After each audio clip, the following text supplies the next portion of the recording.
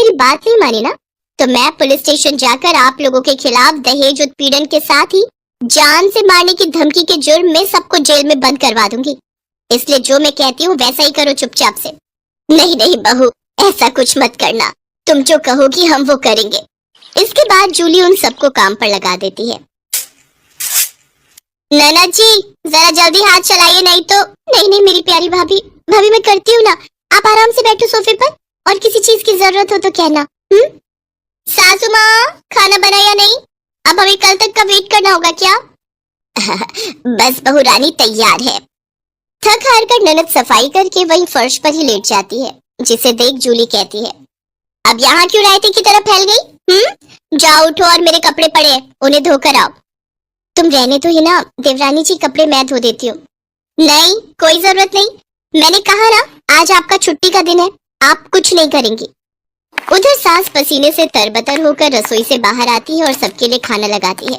उफ, ये कोई खाना है?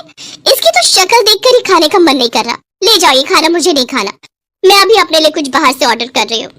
लेकिन बहू मैंने इतनी मेहनत से बनाए हैं, पूरे 2 घंटे लगे हैं मुझे रसोई में खड़े हुए, तो मैं क्या करूँ? आप ससुर जी ये खाना ले जाकर बाहर कुत्तों को डालाना, और आपको जो मैंने सब्जी लाने का काम दिया था क्या वो आपने कर दिया? हाँ बहू, मैं बाजार से सब्जियां ले आया हूँ। Very good.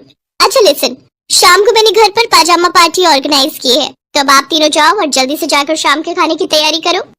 इसके बाद वो तीनों किचन में जाते हैं। हिना रोते हुए अपनी माँ से कहती है, माँ क्यों नहीं भाभी हमारे साथ ऐसा क्यों कर रही है? बड़ी भाभी ने तो कभी हमारे साथ ऐसा नहीं किया। हमारा किया हमारे सामने आ रहा है बेटी, हमने जो बड़ी बहू के साथ किया है उसी की सजा हमें मिल रही है। तभी जूली, हितांश और मानसी भी वहां आ जाते हैं। चलो सासू माँ, आपको अपने किए का एहसास तो हुआ और मेरी सहेली की कीमत भी पता चली। हाँ सासू माँ, मानसी मेरी सहेली है। क्या ये सच है बड़ी बहू? हाँ सासू माँ, ये मेरी बचपन की सहेली है और आगे की पढ़ाई के लिए विदेश चली गई थी।